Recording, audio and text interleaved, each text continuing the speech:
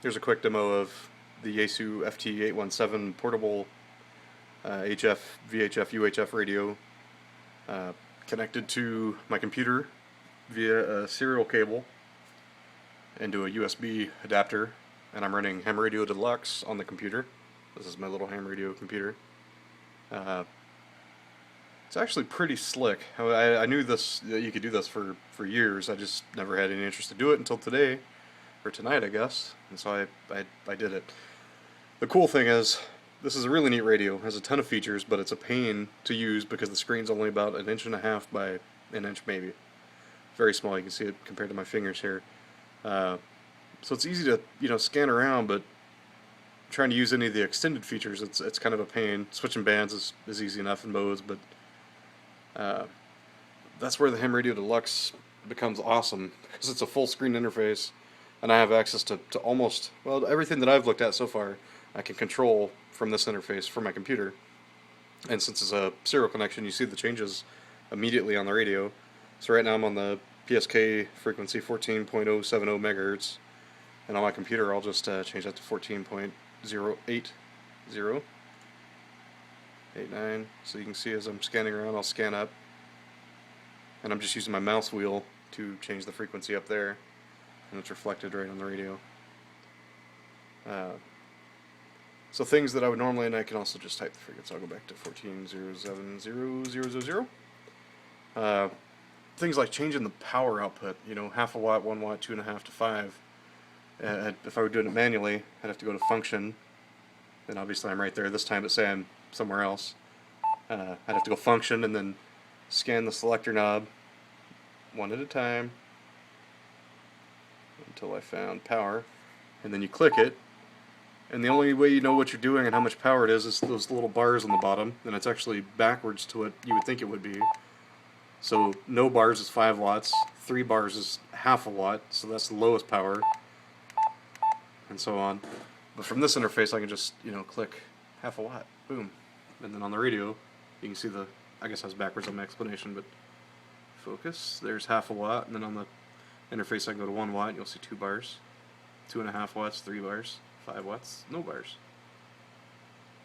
And even changing things like the which antenna connection on the radio I'm going to be using. So right now it's on the rear, so I can go to front, and you hear the relay click in the radio, so now it's looking at the front antenna. Back to rear. You can set all your repeater frequencies, your mode, so I can go to lower sideband there, just that easy. Oh, there it goes. I'll go back to digital. And so you can scan up and down the band, just dragging these sliders. You can see the frequency changing. So I'm at 14.069.720.